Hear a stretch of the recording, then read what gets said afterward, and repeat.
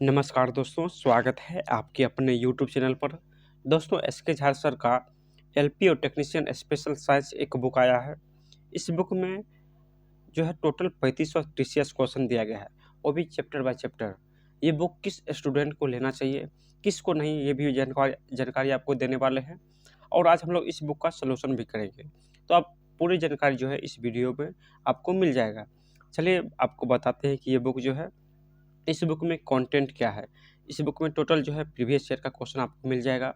Railway के तमाम exam का क्वेश्चन जो है इसमें दिया गया है और रिपीट क्वेश्चन नहीं है। ये एलपी और टेक्नीशियन के लिए ब्रह्मास्त्र होगा, तो आप लोग जो भी इसका तैयारी करते हैं वो ले सकते हैं। और इस बुक में जो है सारे क्वेश्चन यहाँ पे देखिए, कंटेंट जो है क्या है वो सारे कंटेंट यहाँ पे दिया गया है। और ये बुक कल ही लॉन्च हुआ है आज पब्लिकेशन के द्वारा। तो अगर आप लोग इस बुक को लेना चाहते हैं तो ऑनलाइन ऑफलाइन सभी जगह ये उपलब्ध है। आप कहीं भी इस बुक को परचेज कर सकते हैं या आप लोग आज पब्लिकेशन के ऐप पर से भी जाकर ले सकते हैं। चलिए, इस बुक का कंटेंट जो है दोस्तों इस प्रकार है, चैप्टर बाय चैप्टर।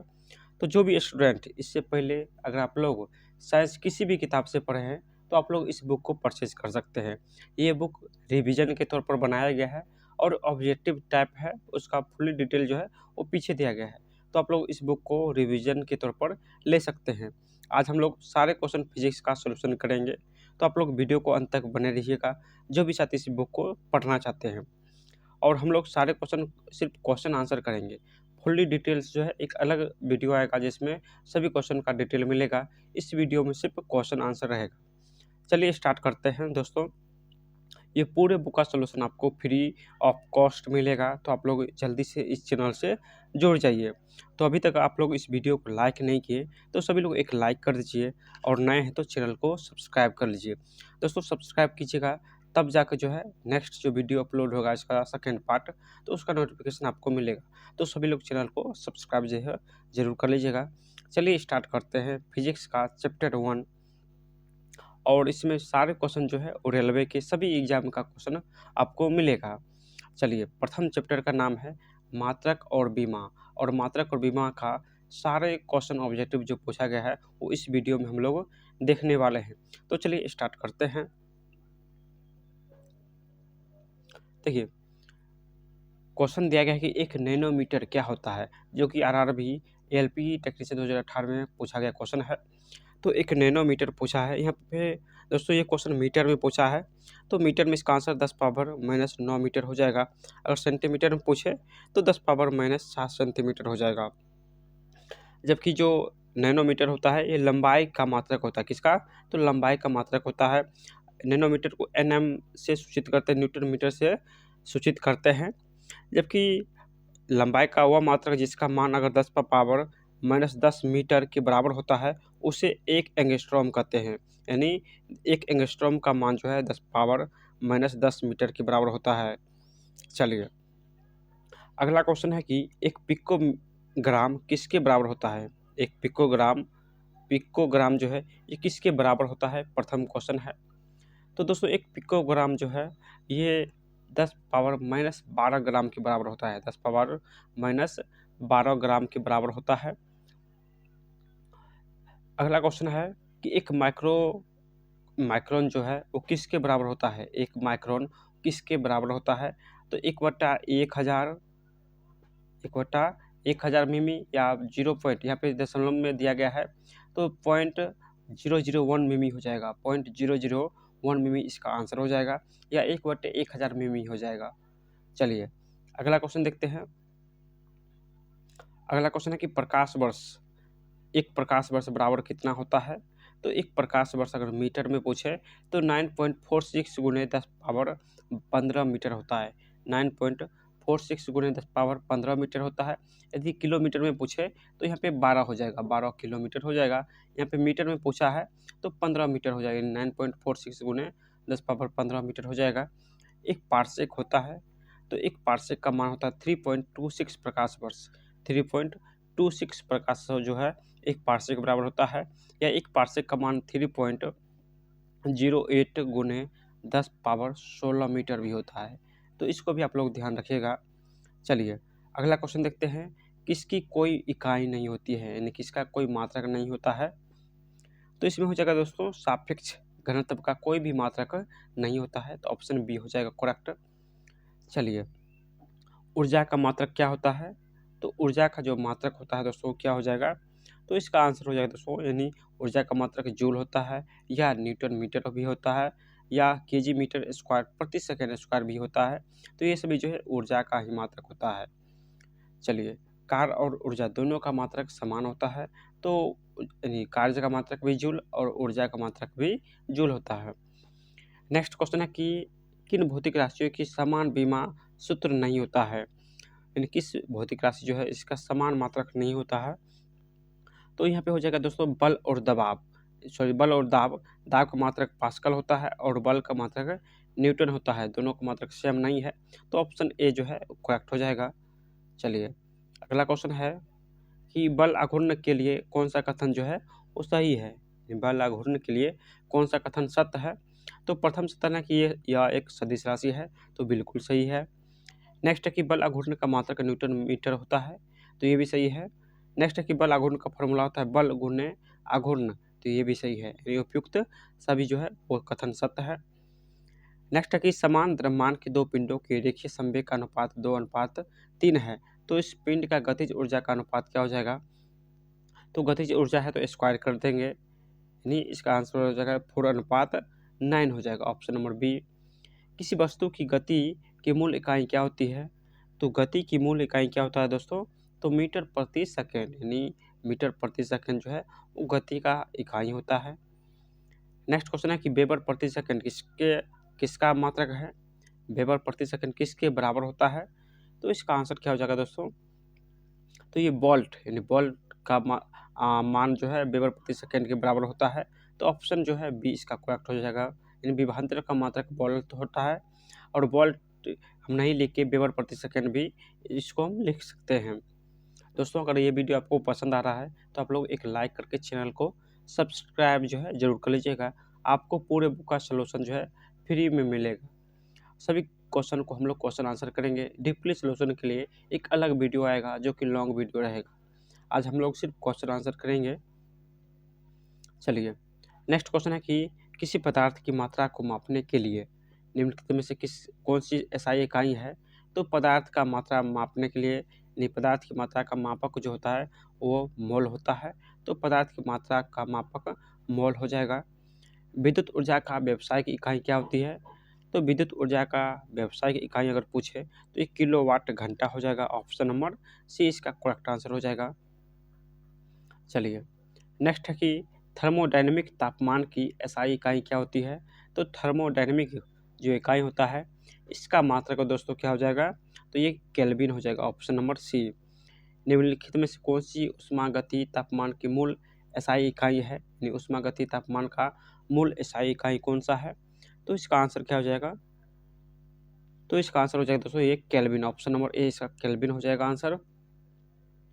नेक्स्ट है कि टेस्ला यानी किसका इकाई है, टेस्ला जो है किसका मात्रक होता है, तो दोस्तों ये हो जाएगा चुंबकीय प्रवाह घनत्व।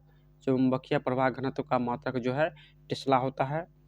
नेक्स्ट क्वेश्चन है कि कौन सा कथन जो है औसत है, यानी कौन सा कथन जो है गलत दिया गया है, तो प्रथम कथन है कि दाब की मापनीय इकाई को मीटर में निरूपित करते हैं, तो दोस्तों ये गलत है। दाब को हम लोग पास्कल में मापते हैं ना कि मीटर में, तो प्रथम ऑप्शन ही गलत है।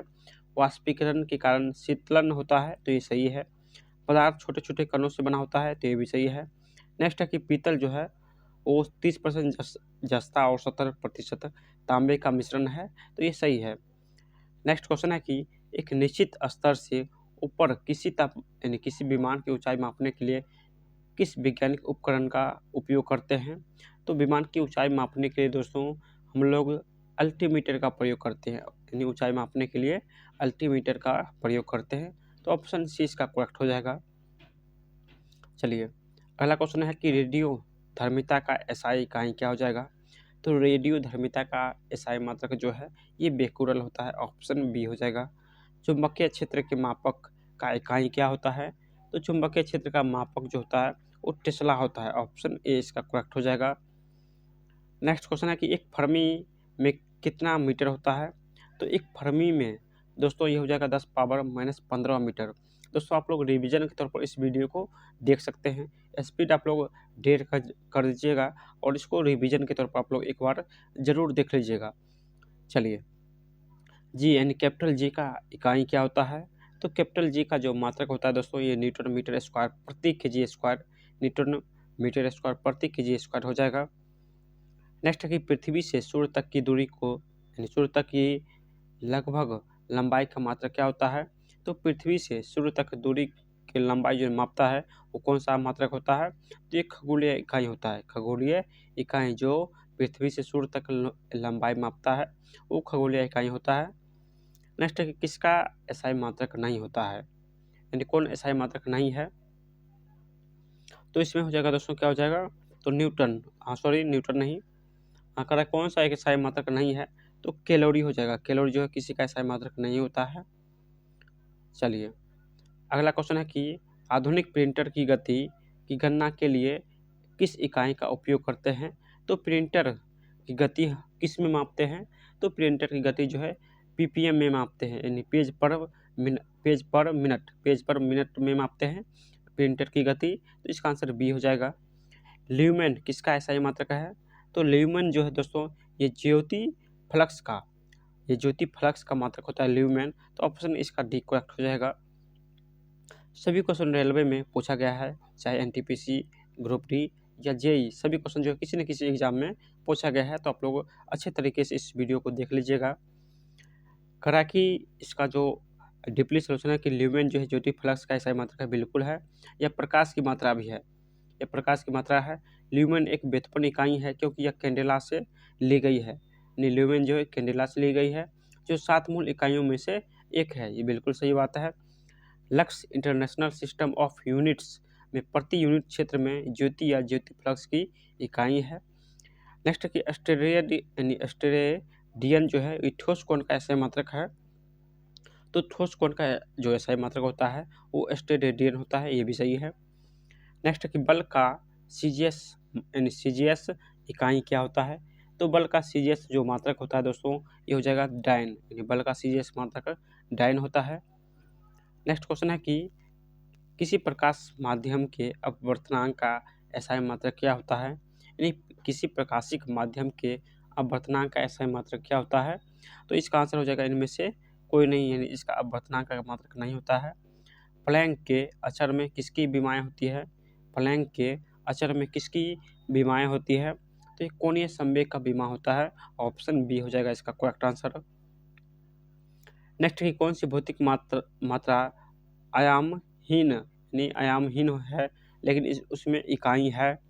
कराई कौन सा मात्रक जो है भौतिक मात्रा आयामहीन है लेकिन उसमें इकाई होता है, तो ये हो जाएगा दोस्तों ये सभी, यानी कोणीय विस्थापन, ठोस कोण और समतल कोण, इन सभी में आयामहीन होता है ये सभी, लेकिन इसका मात्रक होता है।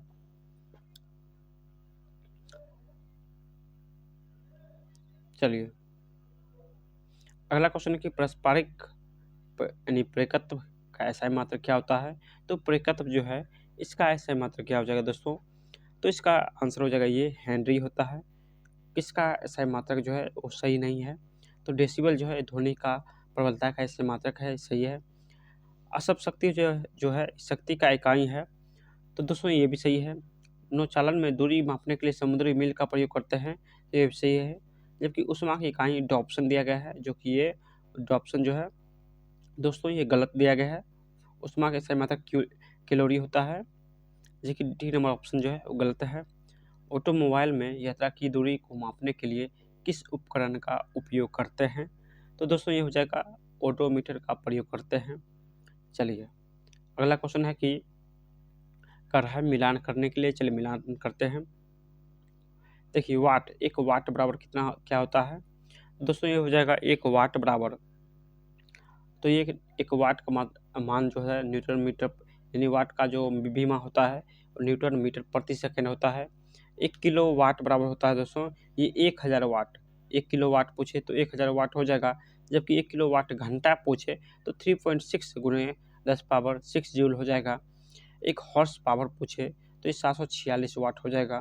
तो इस प्रकार जो है इसका आंसर ऑप्शन नंबर ए हो जाएगा। कौन सा यानी कौन सी व्युत्पन्न इकाई नहीं है, कौन सा व्युत्पन्न इकाई नहीं है, तो ये मोल जो है ये व्युत्पन्न इकाई नहीं है, जबकि रेडियन, ल्यूमेन, वोल्ट ये सभी जो है वो व्युत्पन्न इकाई है। नेक्स्ट है कि कौन सा अविमीय राशि है, कौन सा अविमीय राशि है, तो इसका आंसर हो जाएगा दोस्तों ये विकृति जो है एक प्रकार का अविमीय राशि है। ऑप्शन ए इसका करेक्ट आंसर हो जाएगा। दोस्तों चैप्टर प्रथम जो है यूनिट एंड डायमेंशन में इतना ही क्वेश्चन पूछा गया था। चलिए अब हम लोग नेक्स्ट चैप्टर को सोल्यूशन करेंगे। चलिए नेक्स्ट चैप्टर का नाम है अदिश और सदिश। इसका सारे क्वेश्चन हम लोग इस वीडियो में करने वाले हैं। देखिए प्रथम क्वेश्चन जो कि टीसीएस पैटर्न पर पूछा गया है कि निम्नलिखित में से किस केवल परिमाण होता है दिशा नहीं, यानी कौन सा अदिश राशि है। अदिश राशि का जो परिभाषा होता है कि परिमाण हो लेकिन दिशा नहीं हो, उसे अदिश राशि कहते हैं। तो यहाँ पे भी वही पूछ रहा है कि अदिश राशि कौन है, तो इसका आंसर हो जाएगा दोस्तों यानी संवेग जो है सदिश राशि है, विस्थापन सदिश राशि है, बल भी सदिश राशि है, जबकि ये जो कार्य जो है दोस्तों ऑप्शन सी ये अदिश राशि हो जाएगा। ऑप्शन सी इसका करेक्ट हो जाएगा। नेक्स्ट है जो दो सदिश का मान दिया गया है और कह रहा जब दो सदिश को जोड़ेंगे तो इन सदिशों का योग क्या हो जाएगा। तो दोस्तों यहाँ पे जो है यहाँ पे जगह ज़्यादा नहीं है, डीपली सोल्यूशन आप लोग को मिलेगा, लेकिन इस वीडियो में क्वेश्चन आंसर कराएंगे तो इसका जो सोल्यूशन आंसर हो जाएगा ऑप्शन नंबर सी हो जाएगा। नेक्स्ट है कि सदिश राशि ये उदाहरण दीजिए। तो सदिश राशि जो है इनमें कौन कौन है, तो बल आघूर्ण, दोस्तों ये बल आघूर्ण जो है ये सदिश राशि है, जबकि लंबाई, घनत्व, आवृत्ति जो है ये सभी अदिश राशि है। तो ऑप्शन ए इसका करेक्ट हो जाएगा। चलिए अगला क्वेश्चन है कि अदिश राशि कौन है, तो यहाँ पे बल सदिश है, त्वरण सदिश है, वेग सदिश है, ये तापमान जो है ये अदिश राशि हो जाएगा। नेक्स्ट है कि किसी सदिश का घटक होता है, तो सदिश का घटक क्या हो जाएगा, तो दोस्तों इसका आंसर हो जाएगा यानी सदिशों के परिमाण के बराबर या इससे कम जो है सदिशों के घटक होते हैं। तो ऑप्शन डी हो जाएगा यानी सदिश के परिमाण के बराबर या इससे कम, ऑप्शन डी करेक्ट हो जाएगा। नेक्स्ट है दो सदिश दिया गया है और इसका कोणीय संवेग का मान पूछा है, तो ये जो मान हो जाएगा दोस्तों ये ऑप्शन नंबर बी हो जाएगा। नेक्स्ट है सदिश जो कि दिया गया है और वाई अक्ष पर प्रक्षेप होगा, तो इसका आंसर क्या हो जाएगा, तो इसका आंसर यानी ऑप्शन नंबर डी हो जाएगा 0। चलिए अगला क्वेश्चन है कि किस समूह में सभी राशियां जो है सदिश है, 4 समूह दिया गया है और करा किस में सभी राशि जो है वो सदिश राशि है। देखिए यहाँ पे कार्य है तो अदिश हो जाएगा। यहाँ पे देखिए दोस्तों चाल है ये भी अदिश राशि है, यहाँ पे विद्युत जो है ये भी अदिश राशि है, जबकि ऑप्शन नंबर सी जो है सही आंसर हो जाएगा। वेग, त्वरण और बल ये सभी सदिश राशि है, ऑप्शन सी इसका करेक्ट आंसर हो जाएगा। नेक्स्ट पूछा है कि द्रव्यमान और वजन के बारे में कौन सा कथन जो है वो सही है, जबकि द्रव्यमान सदिश राशि है दोस्तों ये गलत है, दोनों सदिश राशि है ये भी गलत है, दोनों अदिश राशि है तो ये गलत है, जबकि डी ऑप्शन जो है इसका सही हो जाएगा कि द्रव्यमान जो है एक अदिश राशि है और वजन यानी वजन को हम लोग भार भी कहते हैं, भार, वजन और बल ये सभी एक ही है। तो बल अगर सदिश राशि है तो वजन भी सदिश राशि होगा, तो वजन एक सदिश राशि है और द्रव्यमान एक अदिश राशि हो जाएगा। अदिश का फॉर्मूला भी आपको बताए थे यानी परिभाषा, जिसका परिमाण समान हो यानी जिसका परिमाण हो लेकिन दिशा नहीं हो उसे अदिश राशि कहते हैं। यहाँ पे अदिश राशि का कुछ उदाहरण भी दिया गया है। चलिए नेक्स्ट क्वेश्चन है सदिश राशि का परिभाषा, जिसका परिमाण और दिशा दोनों हो उसे सदिश राशि कहते हैं, जबकि सदिश राशि का जो कुछ उदाहरण यहाँ पे दिया गया है यानी विस्थापन, वेग, बल, संवेग, वजन ये सभी जो है वो सदिश राशि दिया गया है। यहाँ पे दोस्तों द्रव्यमान और वजन के बारे में कुछ जो है कुछ बातें दिया गया है। द्रव्यमान वस्तु में द्रव की मात्रा की एक मूलभूत मापक है, जबकि किसी वस्तु का भार वस्तु पर गुरुत्वाकर्षण बल का प्रभाव होता है, तो ये भी सही है। नेक्स्ट करा कि इसे किलोग्राम या ग्राम में मापा जाता है द्रव्यमान को, जबकि वजन को न्यूटन में मापा जाता है। नेक्स्ट है कि किसी वस्तु का द्रव्यमान स्थान के आधार पर भिन्न या परिवर्तन नहीं होता है, जो वस्तु जिस आकार का है वो कहीं भी जाएगा, चंद्रमा पर जाएगा तो वो उसी आकार का होगा, लेकिन वजन जो है वो चंद्रमा के पर जाने के बाद 1/6 हो जाता है। यानी किसी वस्तु का वजन स्थान के आधार पर बदल जाता है। यानी पृथ्वी पर अगर 10 केजी है तो उस चंद्रमा पर जाने के बाद 10/6 हो जाएगा। यानी वजन जो है वो घटते बढ़ते रहता है, लेकिन द्रव्यमान समान रहता है। नेक्स्ट है कि किसी वस्तु का द्रव्यमान कभी भी शून्य नहीं हो सकता है, ये भी सही है। वजन शून्य हो सकता है, उदाहरण के लिए अंतरिक्ष में वस्तुओं पर कोई गुरुत्वाकर्षण क्रिया नहीं होने से वजन जो है वो शून्य हो जाता है। नेक्स्ट है कि द्रव्यमान जो है गुरुत्वाकर्षण केंद्र, परासर यानी परासरक बल आदि से संबंधित नहीं है, और इन बलों का वस्तु के द्रव्यमान पर कोई प्रभाव नहीं पड़ता है। जबकि वजन के बारे में कहा गया कि किसी भी दी गई वस्तु का वजन गुरुत्वाकर्षण की मात्रा के आधार पर ऊपर या नीचे जा सकता है। यदि अधिक गुरुत्वाकर्षण वस्तु का जो है भार अधिक होता है, कम गुरुत्वाकर्षण वस्तु का भार कम होता है। चलिए, अब अगला क्वेश्चन है कि दो सदिशों के अन्योनन गुणनफल से परिमाण सदिश क्या हो जाएगा। ये दो सदिश के अन्योनन गुणनफल से परिणामी सदिश क्या हो जाएगा। तो इसका आंसर हो जाएगा दोस्तों, यानी दोनों सदिशों वाले लंब के लंबवत होगा, दोनों सदिशों वाले तल के लंबवत होगा। ऑप्शन बी इसका करेक्ट हो जाएगा। नेक्स्ट है कि सदिश ए और सदिश बी दो सदिश है, तो सही संबंध क्या हो जाएगा। तो दोनों सदिश को जोड़ने पर जो है दोस्तों बी सदिश पहले प्लस ए सदिश हो जाएगा। ऑप्शन बी इसका करेक्ट हो जाएगा। कराए कौन सा एक सदिश राशि है, कौन सा एक सदिश राशि है। तो विस्थापन जो है एक सदिश राशि है। ऑप्शन सी इसका करेक्ट हो जाएगा। चलिए अगला क्वेश्चन देखते हैं। अदिश राशि कौन है। तो अदिश राशि जो दोस्तों ये विद्युत धारा अदिश राशि है। वेक्टर यानी सदिश राशि कौन है। तो सदिश राशि दोस्तों ये विद्युत क्षेत्र की तीव्रता जो है एक सदिश राशि है। नेक्स्ट पूछा कि कौन सा अदिश राशि है। तो दाब, यहाँ पे दाब हो जाएगा अदिश राशि। नेक्स्ट क्वेश्चन है कि देखिए यहाँ पे पॉइंट दिया गया है कि अदिश राशि को भौतिक मात्रा के रूप में परिभाषित किया जाता है जिसमें परिमाण है लेकिन कोई दिशा नहीं होता है। द्रव्यमान, गति, दूरी, समय, क्षेत्र, आयतन, घनत्व, तापमान, ये सभी जो है अदिश राशि है। एक सदिश राशि को भौतिक की मात्रा के रूप में परिभाषित किया जाता है जिसमें दोनों दिशाओं के साथ साथ परिमाण भी होता है। नेक्स्ट है कि रेखीय गति, त्वरण, विस्थापन, संवेग, कोणीय वेग, बल, विद्युत क्षेत्र, ध्रुवीकरण, ये सभी जो है वो सदिश राशि है। विद्युत प्रवाह की एक निश्चित दिशा है फिर भी वह एक अदिश राशि है। विद्युत प्रवाह जो है एक अदिश राशि है। चलिए नेक्स्ट है कि विलियम रॉबिन हैमिल्टन को सदिश राशि का आविष्कार करने का श्रेय दिया जाता है। इस सदिश राशि का आविष्कार किसने किया। तो विलियम रॉबिन हैमिल्टन। शून्य सदिश यानी शून्य सदिश, शून्य परिमाण और एक यादृश दिशा वाली एक सदिश राशि है। नेक्स्ट क्वेश्चन पूछा गया कि कौन सा चुंबकीय प्रेरकत्व के बारे में सही कथन है। तो यहाँ पे हो जाएगा दोस्तों यह ना तो अदिश राशि है और ना ही सदिश राशि है। यानी चुंबकीय प्रेरकत्व जो है ना तो अदिश राशि है और ना ही सदिश राशि है। ऑप्शन बी इसका करेक्ट हो जाएगा आंसर। चलिए अगला क्वेश्चन है कि कौन सी राशि एक सदिश यानी सदिश राशि नहीं है। तो सदिश राशि इसमें से कौन नहीं है। तो कार है, कार जो है एक अदिश राशि है। कौन सा अदिश राशि है। तो ऊर्जा, ये भी अदिश राशि है। नेक्स्ट यहाँ पे देखिए बी जो है, बी का मान जो है 4 सदिश प्लस 6 सदिश प्लस 2 सदिश दिया गया है और बी का परिमाण पूछा है, 20 सदिश राशि का परिमाण पूछा है। तो इसका आंसर क्या हो जाएगा। तो इसका आंसर √56 हो जाएगा, सभी का स्क्वायर हो जाएगा।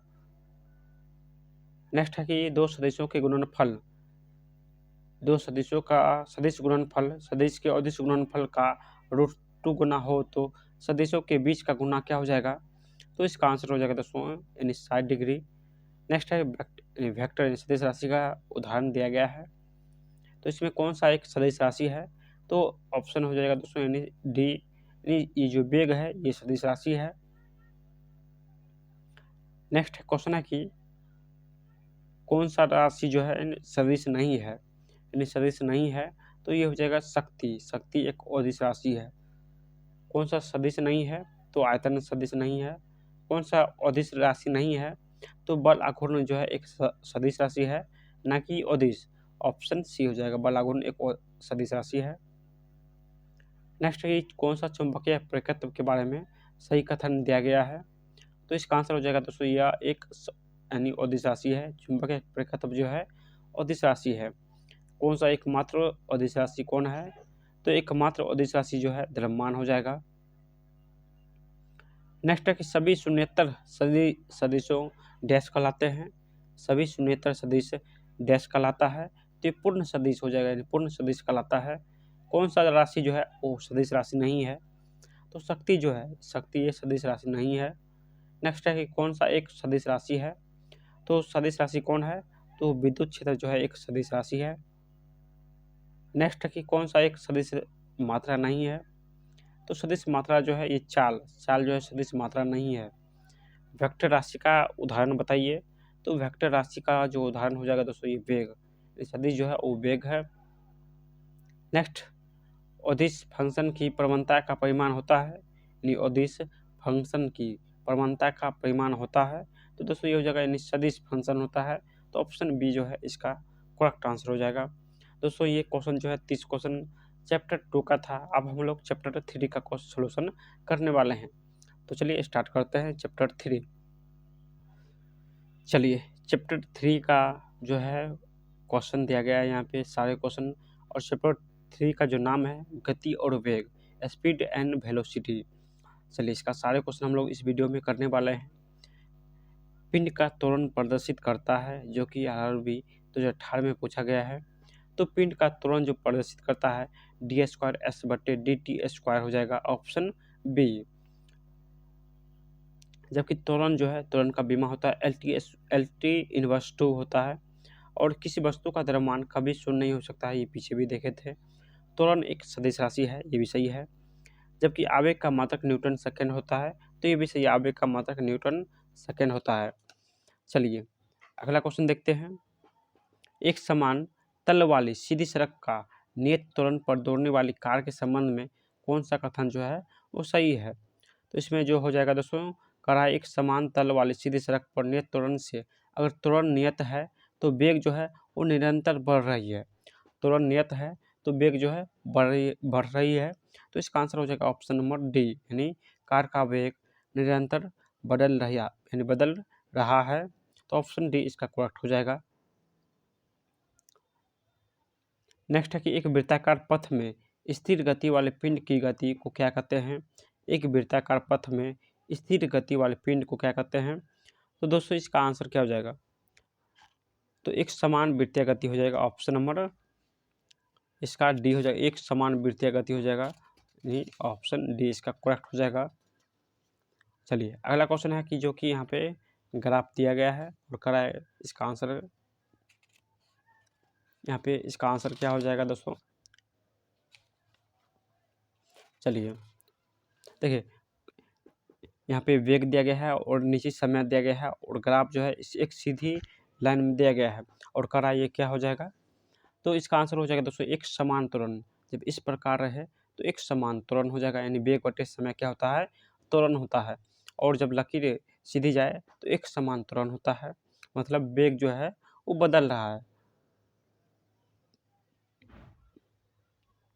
नेक्स्ट है कि संवेग को किसके गुणनफल के रूप में व्यक्त किया जाता है, तो संवेग का फॉर्मूला होता है द्रव्यमान गुणे वेग। द्रव्यमान गुणे वेग। संवेग परिवर्तन को क्या कहते हैं, तो संवेग परिवर्तन को आवेग कहते हैं। संवेग परिवर्तन को आवेग कहते हैं। यदि किसी वस्तु का वेग दोगुना कर दिया जाए तो दोस्तों गतिज ऊर्जा पूछा है, यानी किसी वेग का गति दुगुना करने पर इसका गतिज ऊर्जा क्या हो जाएगा, संवेग दुगुना रहेगा लेकिन गतिज ऊर्जा 4 गुना हो जाएगा। तो ऑप्शन ए और दो दोनों सही है, यानी वस्तु का वेग दुगुना करेंगे तो संवेग दुगुना ही रहेगा लेकिन गतिज ऊर्जा 4 गुना हो जाएगा। ऑप्शन सी करेक्ट हो जाएगा। संवेग संरक्षण के सिद्धांत पर आधारित है, यानी संवेग संरक्षण के सिद्धांत पर कौन आधारित है, तो इसका आंसर हो जाएगा दोस्तों ये रॉकेट का चलना और बंदूक से गोली छोड़ना, ये दोनों संवेग संरक्षण के सिद्धांत पर आधारित है। नेक्स्ट है कि एक मछुआरा झील में फंस गया है क्योंकि उसके मोटर बोट की मोटर खराब हो गई है, तो किनारे तक पहुंचने के लिए उसे क्या करना चाहिए। यानी एक मछुआरा है और झील में फंस गया है क्योंकि उसका मोटर जो है वो ख़राब हो गया है, तो किनारे तक पहुंचने के लिए उसे क्या करना पड़ेगा, तो न्यूटन का थर्ड लॉ लगाना पड़ेगा। मछली को बाहर फेंकेंगे तो नाव जो है आगे भागेगा। तो इस प्रकार जो इसका आंसर बी हो जाएगा कि उसे इकट्ठा की हुई मछली को किनारे से दूर फेंकना चाहिए, यानी किनारे से दूर फेंकेंगे तो जो बल लगाएगा न्यूटन के विपरीत, और यानी पीछे हम लोग मछली फेंकेंगे तो आगे की ओर जो है नाव भागेगा। तो न्यूटन का थर्ड लॉ यहाँ पे काम करेगा। नेक्स्ट क्वेश्चन है कि व्यवस्थित वस्तुओं की वह प्रकृति जो उसे स्थिर या समान गति से गतिमान रहने के लिए प्रवृत्त करता है उसे क्या कहते हैं। तो दोस्तों इसे जड़त्व कहते हैं। अगर कोई वस्तु स्थिर है तो स्थिर में रहेगा, और कोई भी वस्तु गति में है तो गति में ही रहेगा। तो इस नियम को क्या कहते हैं, तो इसे जड़त्व का नियम कहते हैं। वही परिभाषा जो है यहाँ पे दिया गया है। जड़त्व का संख्यात्मक मान क्या होता है, तो जड़त्व का संख्यात्मक मान जो है वो द्रव्यमान होता है। नेक्स्ट क्वेश्चन है कि घूर्णी गति में जड़त्व की माप होता है, घूर्णी गति में जड़त्व का माप होता है। तो इसका आंसर हो जाएगा दोस्तों ये जड़त्व अघूर्ण होता है। ऑप्शन सी इसका करेक्ट हो जाएगा। नेक्स्ट है कि कालीन से धूल हटाते समय हम इसको अचानक झटका देते हैं अथवा छड़ी से पीटते हैं, इसका कारण क्या है। तो दोस्तों इसका जो कारण हो जाएगा, यानी जब छड़ी से हम लोग पीटते हैं तो धूल जो है बाहर निकलता है। ये विराम की जड़त्व में धूल अपना स्थान जमा लेती है, और कालीन से धूल तभी हटती है जब कालीन में गति प्रदान की जाती है। तो ऑप्शन ए इसका करेक्ट आंसर हो जाएगा। चलिए अगला क्वेश्चन है कि किसी कार की एक समान गति को दर्शाता है, यानी 4 फिगर यहाँ पे दिया गया है और कहा है कौन सा एक चाल का जो है समान गति निर्धारित करता है। चलिए यहाँ पे आप लोग चारों फिगर को अच्छे से देख लीजिए। इसमें ऑप्शन जो है बी करेक्ट हो जाएगा। एक समान चाल से जो है ऑप्शन बी में जा रहा है, यहाँ से यहाँ तक देखिए। चलिए अगला क्वेश्चन है कि एक समान वृत्तीय गति में क्या होता है। तो एक समान जो वृत्तीय गति होता है दोस्तों, ये चाल अचर होता है और वेग चर होता है। एक समान वृत्तीय गति में चाल अचर और वेग चर होता है। नेक्स्ट क्वेश्चन है कि मोटर गाड़ी ए और बी की दूरी समय ग्राफ से पता चलता है, यानी मोटर गाड़ी ए और बी की दूरी ग्राफ से समय का पता चलता है। तो इसका आंसर हो जाएगा दोस्तों ये पूरी दूरी तक ए की अपेक्षा बी अधिक वेग से चल रही है, यानी ए की अपेक्षा जो है वो बी अधिक वेग से चल रही है। नेक्स्ट क्वेश्चन जो है वेग समय ग्राफ दिया गया है और यहाँ पे पूछा है मंदन यानी त्वरण पूछा है। तो त्वरण इसका आंसर क्या हो जाएगा, तो इसका आंसर हो जाएगा 5 मीटर प्रति सेकेंड स्क्वायर। ऑप्शन ए इसका करेक्ट हो जाएगा, 5 मीटर प्रति सेकेंड स्क्वायर हो जाएगा। क्योंकि जीरो में से घटेगा, मंदन ऋणात्मक को कहते हैं। तो यहाँ पे देखिए 0 - 50 बटे समय होता है, यानी वेग त्वरण बराबर होता है v-u/t। तो t का मान जो है वो 10 दिया गया है। सॉरी यहाँ पे जो है 50 है, यानी 50 है। शुरू में त्वरण यानी वेग 10 था, 0 था, तो 0 में से अंतिम वेग 50 है। 50 बटे जो है टाइम 10 है, तो 10 बचे 50 -5 हो जाएगा। तो -5 को ही मंदन कहते हैं, ऋणात्मक को ही मंदन कहते हैं। तो इसका आंसर सीधा 5 मीटर प्रति सेकंड स्क्वायर हो जाएगा। नेक्स्ट क्वेश्चन है कि यहाँ पे एक कार की गति एवं समय ग्राफ को दर्शाया गया है। कार का वजन जो है 1000 किग्रा है। कार द्वारा प्रथम 2 सेकंड में तय की गई दूरी पूछ रहा है। तो इसका आंसर हो जाएगा दोस्तों ऑप्शन नंबर ए, यानी 15 मीटर हो जाएगा। प्रथम 2 सेकंड में 15 मीटर तय की है। नेक्स्ट क्वेश्चन है कि एक गतिमान पिंड के वेग काल ग्राफ नीचे दिखलाया गया है। तो इसका आंसर क्या हो जाएगा, तो 5 सेकंड बाद जो है इसका आंसर क्या हो जाएगा, तो 5 सेकंड बाद जो है इसका आंसर 0.5 मीटर प्रति सेकंड हो जाएगा। 0.5 मीटर प्रति सेकंड किसके अनुरूप वस्तु की गतिज ऊर्जा में वृद्धि होती है। तो इसका आंसर हो जाएगा दोस्तों ये गति के अनुरूप जो है वस्तु की गतिज ऊर्जा में वृद्धि होती है।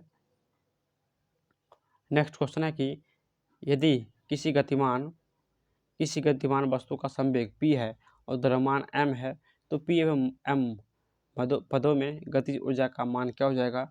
तो गतिज ऊर्जा का फॉर्मूला होता है p² / 2m। v²/2m हो जाएगा, ऑप्शन डी।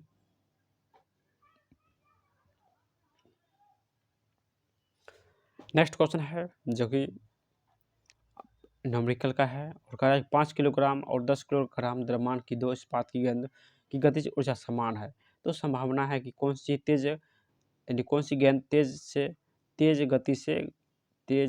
तेजी से गति करेगा। यहाँ पे दो जो गेंद दिया गया है जिसका मान है 5 किलोग्राम और 10 किलोग्राम और दोनों का गतिज ऊर्जा समान है, तो पूछ रहा है किस गेंद का जो है वो गति तेजी से होगा।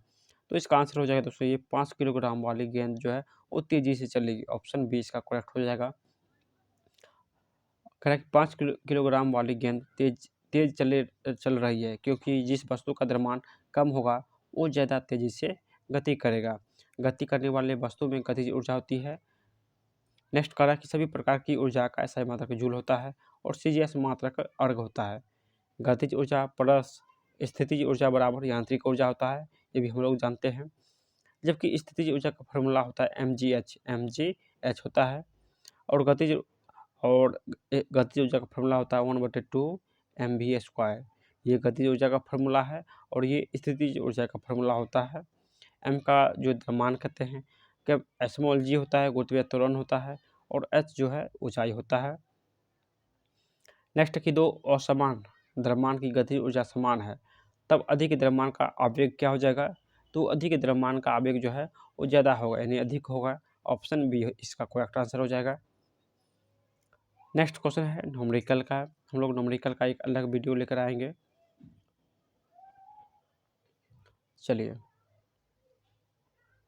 संवेग का SI मात्रक क्या होता है, तो संवेग का जो SI मात्रक होता है kg मीटर प्रति सेकंड। कोणीय संवेग का मात्रक क्या हो जाएगा, तो कोणीय संवेग जो है इसका मात्रक kg² प्रति सेकंड होता है, kg² प्रति सेकंड हो जाएगा।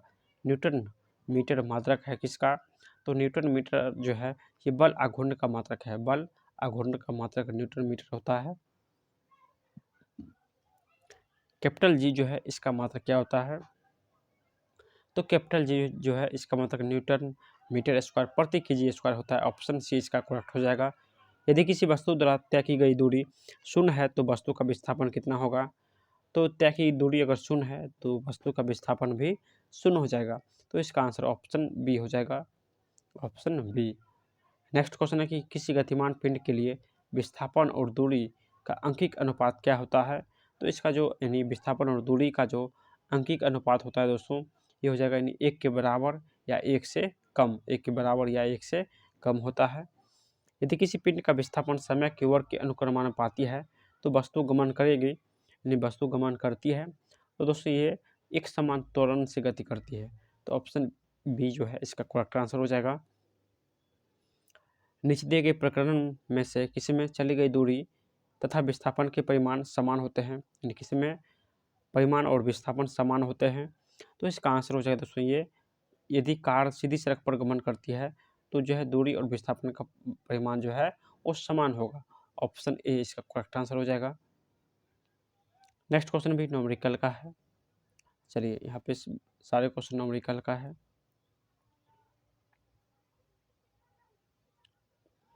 अगला क्वेश्चन है कि विस्थापन के परिवर्तन की दर को क्या कहते हैं, विस्थापन के परिवर्तन की दर को क्या कहते हैं, तो हम सभी लोग जानते हैं वेग कहते हैं, यानी विस्थापन के परिवर्तन की दर को वेग कहते हैं और वेग में परिवर्तन की दर को त्वरण कहते हैं, तो यहाँ पे ए डी इसका करेक्ट आंसर हो जाएगा। किसी पिंड के वेग समय का ग्राफ सरल रेखा में आता है तथा मूल बिंदु से गुजरती हुई एक्स अक्ष को छूता है तो पिंड गतिशील होगा, तो इसका आंसर हो जाएगा दोस्तों पिंड गतिशील समान त्वरण से होगा, ऑप्शन ए इसका करेक्ट हो जाएगा। नेक्स्ट क्वेश्चन है कि किसी वाहन की गति मापक यंत्र कहलाता है, तो यानी किसी वाहन की गति मापक यंत्र जो है दोस्तों क्या कहलाता है, तो ये तात्क्षणिक चाल कहलाता है, ऑप्शन बी इसका करेक्ट आंसर हो जाएगा। नेक्स्ट है कि एक समान त्वरित गति के लिए वेग समय ग्राफ होता है, तो वेग समय जो ग्राफ हो जाएगा दोस्तों ये क्या होगा, तो इस सरल रेखा में होगा, यानी एक समान त्वरित गति के लिए वेग समय ग्राफ सरल रेखा में होगा। नेक्स्ट क्वेश्चन न्यूमेरिकल का है। कहा कि ब्राउनियन गति का खोज किसने किया था, तो ब्राउनियन जो गति है इसका खोज किसने किया, तो इसका जो आंसर हो जाएगा दोस्तों, यानी ब्राउनियम जो गति है इसका खोज कह रहा है किसने किया।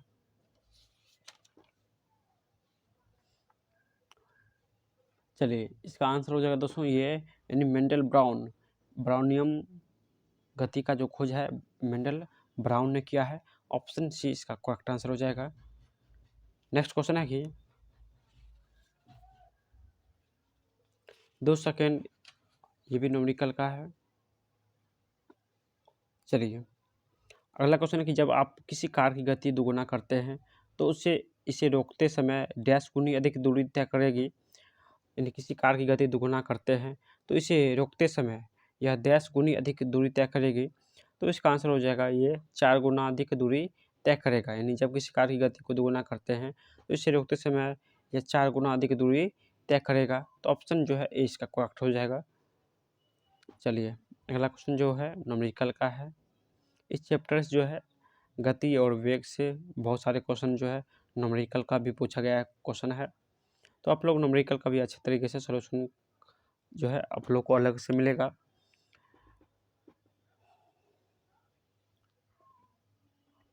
चलिए देखते हैं इसमें और क्वेश्चन जो है यहाँ पे जो है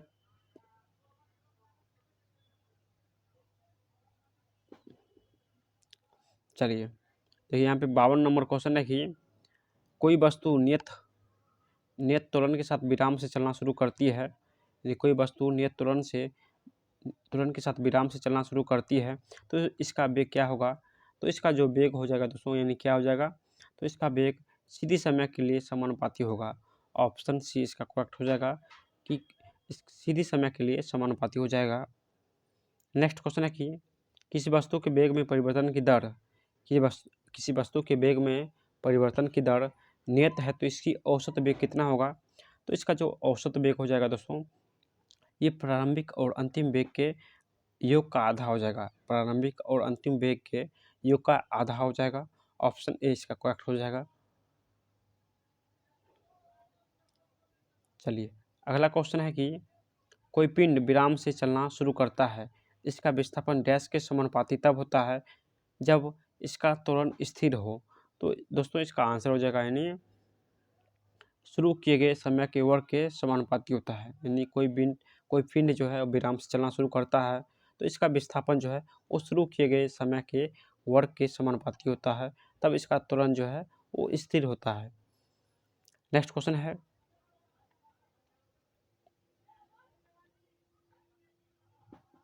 चलिए अगला क्वेश्चन है कि गुरुत्वीय जनित त्वरण जो है डैश पर सर्वाधिक होता है। तो गुरुत्वीय जनित त्वरण जो है ये कहाँ पर सर्वाधिक होता है।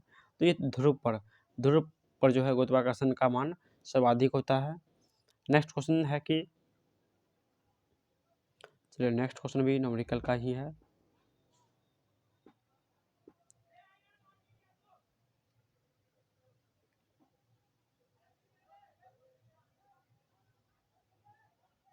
चलिए अगला क्वेश्चन है कि निम्नलिखित में से कौन प्रक्षेप का उदाहरण नहीं है। यानी कौन सा प्रक्षेप का उदाहरण नहीं है। तो बंदूक से गोली चलाना, यानी बंदूक से जब गोली चलता है तो इस आकार में जाता है, तो ये प्रक्षेप का नियम का उल्लेख करता है। एक लात मारी फुटबॉल भी इस आकार में जाता है, जबकि विमान से उड़ान भरना वो इस आकार में नहीं उड़ता है। तो ऑप्शन सी जो है ये प्रक्षेप का उदाहरण नहीं है। जबकि एक एथलीट द्वारा फेंका गया भाला भी इस आकार में ही गिरता है। तो यहाँ पे ऑप्शन नंबर सी जो है वो प्रक्षेप का उदाहरण नहीं है। नेक्स्ट है कि प्रक्षेप कोण डैश होने पर प्रक्षेप का प्रास जो है वो अधिकतम होता है। तो दोस्तों इसका आंसर हो जाएगा, यानी प्रक्षेप का मान जो है वो 45 डिग्री पर फेंकने पर वो अधिकतम दूरी तय करता है। तो ऑप्शन बी इसका करेक्ट हो जाएगा। नेक्स्ट है कि जब क्षैतिज से थीटा कोण बनाते हुए प्रक्षेप का वेग यानी यू से फेंका जाता है तो उड़ान का कुल समय क्या हो जाएगा। तो उड़ान काल पूछ रहा है। तो उड़ान काल का फॉर्मूला होता है दोस्तों ये 2u sin थीटा बटे जी, 2u sin थीटा बटे जी होता है उड़ान काल का फॉर्मूला। नेक्स्ट क्वेश्चन है कि एक कण का वेग u के साथ एक क्षैतिज के साथ झुकाव थीटा पर प्रक्षेपित किया जाता है तब प्राप्त अधिकतम ऊंचाई क्या हो जाएगा। यानी अधिकतम ऊंचाई पूछा है तो इसका मान हो जाएगा u² sin² थीटा बटे 2g। u square sine square theta बटे 2g हो जाएगा। नेक्स्ट है कि कौन सी प्रक्षेप गति नहीं है, कौन सा जो है वो प्रक्षेप गति नहीं है। तो यहाँ पे हो जाएगा एक सीधी रेखा में गतिमान कार, यानी इस आकार का हम लोग प्रक्षेप गति नहीं कहते हैं। किसी दिशा में फेंका गया पत्थर, यानी पत्थर भी इस आकार में गिरता है। इमारत से क्षैतिज रूप से फेंका गया पत्थर, ये पत्थर आप कहीं से भी फेंकिएगा आपका आकार जो है इसी आकार में गिरेगा। जबकि बंदूक से गोली भी इसी आकार में चलता है। जबकि एक सीधी रेखा जो है गतिमान कार वो एक सीधी रेखा में चलता है, तो ये प्रक्षेप का उदाहरण नहीं है। चलिए अगला क्वेश्चन हम लोग देखते हैं, कौन सा विस्थापन का विशेषता नहीं है, कौन विस्थापन का विशेषता नहीं है। तो ऑप्शन बी इसका करेक्ट हो जाएगा कि सदैव धनात्मक होता है। तो विस्थापन जो है वो ऋणात्मक भी हो सकता है, शून्य भी हो सकता है और धनात्मक भी हो सकता है, यानी हर वक्त धनात्मक नहीं होता है। तो ऑप्शन बी जो है ये गलत दिया गया है। नेक्स्ट है कि निर्वात में स्वतंत्रतापूर्वक गति करते हुए सभी पिंड, निर्वात में स्वतंत्रतापूर्वक गति करते सभी जो है पिंड क्या होता है, तो सभी पिंड का मान जो है वेग समान होता है। निर्वात में सभी पिंडों का वेग समान होता है। नेक्स्ट है कि त्वरण क्या होता है, तो त्वरण जो होता है दोस्तों ये यानी बल के समानुपाती होता है, त्वरण बल के समानुपाती होता है। यदि गेंद को ऊपर ऊर्ध्वाधर फेंका जाए तो क्या अपरिवर्तित रहेगा, तो दोस्तों इसका आंसर हो जाएगा त्वरण जो है अपरिवर्तित रहेगा। नेक्स्ट है कि एक वस्तु स्थिर संतुलन में कब होगी, तो स्थिर संतुलन में तब होगी जब विश्राम में हो, यानी विश्राम में होने पर वो संतुलन में होता है। रेल की गति किस गति का उदाहरण है, तो रेल का जो गति है दोस्तों ये रूपांतरित गति का उदाहरण है। नेक्स्ट है कि जब दो बलों का परिमाण समान विपरीत दिशा और सीधी दूरी से लंबवत समानुपाती विस्थापन होता है तो बलों में डैश होता है। तो दोस्तों इसका आंसर हो जाएगा, यानी बलों में युग्म और बंधन होता है। घूमती वस्तु के परिणाम स्वरूप उत्पन्न डैश बल एक बृहद बल है, यानी घूमती वस्तु के परिमाण स्वरूप उत्पन्न डैश बल एक बृहद बल है। तो इसका आंसर हो जाएगा दोस्तों ये आघूर्ण बल एक बृहद बल है। किसी वस्तु का द्रव्यमान होता है, तो किसी वस्तु का जो द्रव्यमान होता है वो प्रत्येक स्थान पर जो है वो समान रहता है। ऑप्शन बी इसका करेक्ट आंसर हो जाएगा। नेक्स्ट है कि तैरती वस्तु पर लगा ऊर्ध्वामुखी बल क्या कहलाता है, तो तैरती वस्तु पर जो ऊर्ध्वामुखी बल लगता है उसे उत्प्लावकता बल कहते हैं। ऑप्शन बी इसका करेक्ट आंसर हो जाएगा। नेक्स्ट क्वेश्चन है कि गति का नियम किस वैज्ञानिक ने दिया था, तो गति का जो नियम है न्यूटन ने दिया था। ऑप्शन बी इसका करेक्ट आंसर हो जाएगा। कौन सा पृष्ठ तनाव का परिमाण होता है, तो ये केशिकत्व क्रिया जो है ये पृष्ठ तनाव का परिमाण है। नेक्स्ट है कि किसी वस्तु की गति की दिशा में बल आरोपित किया जाता है तो वस्तु की गति होगा, तो वस्तु का जो गति होगा दोस्तों ये बढ़ेगा, यानी किसी वस्तु की गति की दिशा में बल आरोपित किया जाता है तो वस्तु की गति जो है वो बढ़ेगी। एक समान गति के साथ एक वस्तु क्या होता है, तो एक समान गति के साथ वस्तु का वेग जो है यानी वस्तु त्वरित हो सकती है, एक समान गति के साथ वस्तु त्वरित हो सकती है।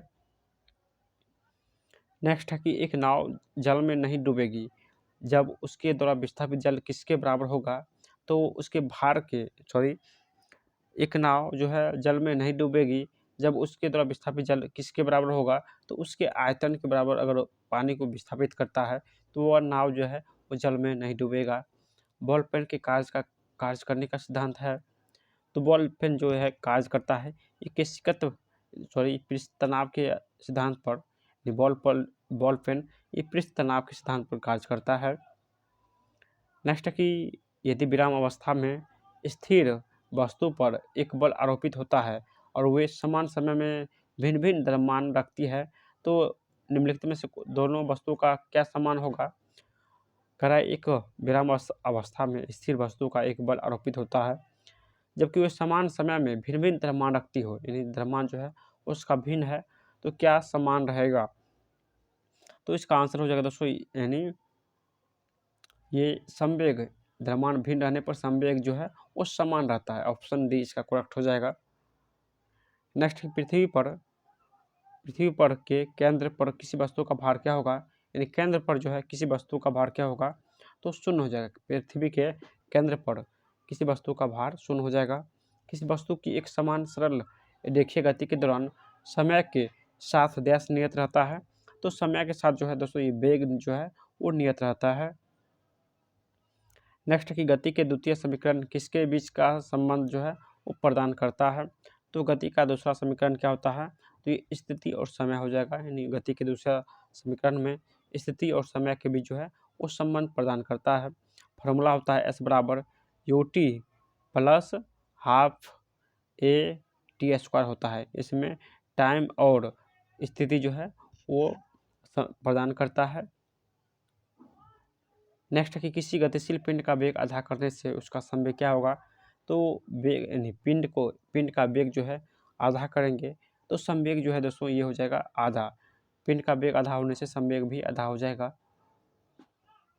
नेक्स्ट क्वेश्चन है 1 kg पिंड पर 1 न्यूटन का बल लग रहा है तो पिंड क्या होगा, तो पिंड दोस्तों ये 1 मीटर प्रति सेकंड स्क्वायर के त्वरण से चलेगा। रॉकेट किसके सिद्धांत पर कार्य करता है, तो हम सभी लोग जानते हैं रॉकेट ये संवेग संरक्षण के सिद्धांत पर कार्य करता है। ऑप्शन सी हो जाएगा। नेक्स्ट है कि यदि किसी वस्तु पर कोई बाहरी बल लग रहा है तो बल की दिशा में त्वरित हो जाती है, तो इस प्रकार उत्पन्न त्वरण जो है वस्तु के किसके बराबर होगा, तो उत्पन्न त्वरण जो है पर लगे यानी किसी वस्तु पर कोई भारी बल लग रहा है तो बल की दिशा में त्वरित हो जाती है, तो पर लगे बल के समानुपाती होता है। यानी उत्पन्न त्वरण जो है वस्तु पर लगे बल के समानुपाती होता है। ऑप्शन ए इसका करेक्ट आंसर हो जाएगा। विस्थापन और तय की गई दूरी समान होती है, विस्थापन और तय की गई दूरी जो है वो समान होती है, तो सरल रेखीय गति में समान होती है।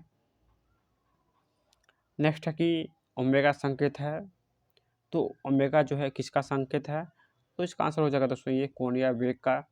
वेग और समय ग्राफ से प्राप्त होता है, तो वेग और समय दिया गया रहे तो दोस्तों ये वेग और समय दिया रहे तो ये विस्थापन और त्वरण बनता है, विस्थापन और त्वरण बनता है, तो ऑप्शन सी हो जाएगा। नेक्स्ट है कि तत्वों के परमाणु में इलेक्ट्रॉन नाभिक के चारों ओर वृत्ताकार पथ में समान चाल से घूमता है, तो इलेक्ट्रॉन का त्वरण होगा, तो इलेक्ट्रॉन का जो त्वरण होगा वो नाभिक की ओर होगा यानी अंदर की ओर होगा। नेक्स्ट कि यदि दो राशियों का परस्पर ग्राफ सरल रेखा में हो तो दोनों राशि होगा, तो दोनों राशि जो है दोस्तों अनुक्रमानुपाती होता है। ऑप्शन सी हो जाएगा। वेग का मान बदलने की दर को क्या कहते हैं, वेग का मान बदलने की दर को क्या कहते हैं, दोस्तों ये हो जाएगा यानी स्पर्श रेखीय त्वरण। ऑप्शन बी हो जाएगा। नकारात्मक त्वरण निम्न में से किसकी दिशा के विपरीत होता है, तो दोस्तों ये वेग के विपरीत होता है। नकारात्मक त्वरण यानी वेग के विपरीत होता है। और इस चैप्टर का लास्ट क्वेश्चन है कि धनात्मक त्वरण का अर्थ होता है, तो ये वस्तु का वेग बढ़ जाता है। यदि वस्तु का वेग बढ़ रहा है तो त्वरण जो है धनात्मक होगा, तो ऑप्शन सी जो है करेक्ट हो जाएगा। दोस्तों इस वीडियो को आप लोग जो है अधिक से अधिक शेयर कीजिएगा, और अभी तक इस चैनल से नहीं जुड़े हैं तो जल्दी से सब्सक्राइब करके इस चैनल से जुड़ जाइए। आज हम लोग इस वीडियो में इतना ही क्वेश्चन सोल्यूशन करेंगे, क्योंकि जो है थोड़ा गला जो है गर्म हो गया है यानी सर्दी हो गया है, तो आवाज़ उतना फ्रेश निकल नहीं रहा है। तो हम नेक्स्ट वीडियो में पूरे बुक का सोल्यूशन आपको देने वाले हैं। ये वीडियो आपको कैसा लगा आप लोग कमेंट के माध्यम से ज़रूर बताइएगा, और अभी तक चैनल को सब्सक्राइब नहीं किए तो सभी लोग चैनल को सब्सक्राइब कर लीजिएगा, ताकि नेक्स्ट वीडियो जो है वो जैसे ही आए उसका नोटिफिकेशन जो है आपको मिल जाएगा। क्योंकि अभी जो है वॉइस थोड़ा क्लियर नहीं हो रहा है, इसलिए अभी वीडियो को यहीं पे रोकना पड़ा। आप लोग को नेक्स्ट वीडियो में सारे सोल्यूशन जो है भौतिकी का मिल जाएगा, तो आप लोग जल्दी से चैनल को सब्सक्राइब कर लीजिए। दोस्तों मिलते हैं नेक्स्ट वीडियो में, तब तक बाय।